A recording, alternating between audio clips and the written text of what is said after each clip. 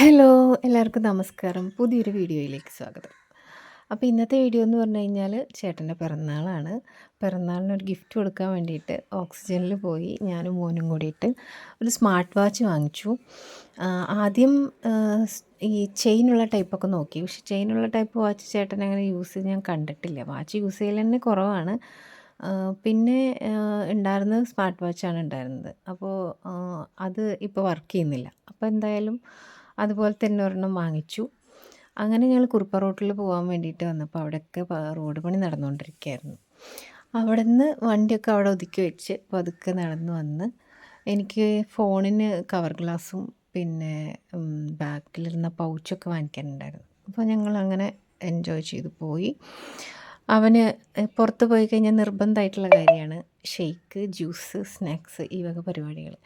അപ്പോൾ ഞങ്ങൾ 2 ചിക്കൻ സാൻഡ്വിച്ചും ഒരു ഷെയ്ക്കും അവനൊരു ഷെയ്ക്കും ഞാനൊരു ലൈമൊക്കെ കുടിച്ച് അങ്ങനെ പോന്നു.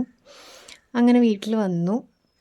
ഇനി ഗിഫ്റ്റ് പാക്ക് ചെയ്യലാണ്. അപ്പോൾ ഈ വാച്ച് മാത്രമല്ല ഒരു ചോക്ലേറ്റ് വാങ്ങിയിട്ടുണ്ടായിരുന്നു. ഒരു മിൽക്ക് ചോക്ലേറ്റ്, പിന്നെ ഒരു പ്ലം കേക്കും. സാധാരണ ഞാൻ ന്യൂ ഇയറിന് ഗിഫ്റ്റ് അയച്ചപ്പോൾ പ്ലം കേക്ക് ഉണ്ടാക്കിയിട്ട് അയക്കുക ചെയ്തത്. പക്ഷേ എൻ്റെ ഓവൻ കംപ്ലൈൻ്റ് ആയതുകൊണ്ട് എനിക്ക് ഉണ്ടാക്കാൻ പറ്റിയില്ല.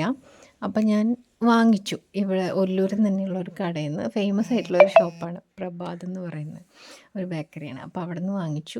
വാച്ച് അവർ തന്നെ പാക്ക് ചെയ്തൊക്കെ തന്നിട്ടുണ്ടായിരുന്നു.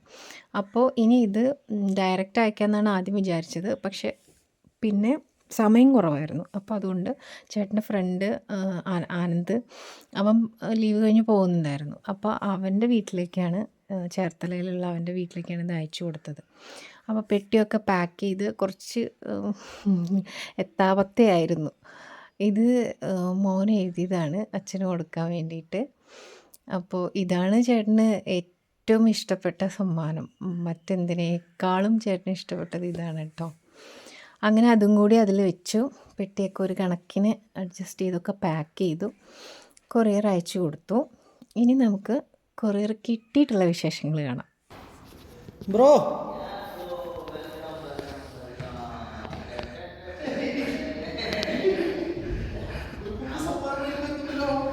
ഇതൊക്കെ ഞാൻ പോയി എല്ലാം സെറ്റ് ചെയ്തില്ലേ? ഒക്കെ കൊണ്ടുവരുമെന്ന് പറഞ്ഞാൽ കാണിക്കുമെന്ന് പറഞ്ഞാൽ കാണിക്കും.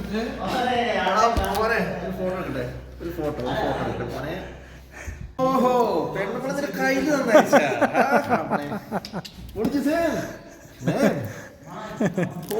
ഇത് വൈകുന്നേരം കുളിക്കാൻ പറ്റുള്ളൂ. അറിയല്ലേ കട്ട് ചെയ്യുമ്പോൾ പിടിച്ചാൽ മതി എന്നാ. അതൊക്കെ എനിക്ക് സെറ്റ് ചെയ്ത് തന്നാള്. എന്റെ മോൻ പ്ലം കേക്ക്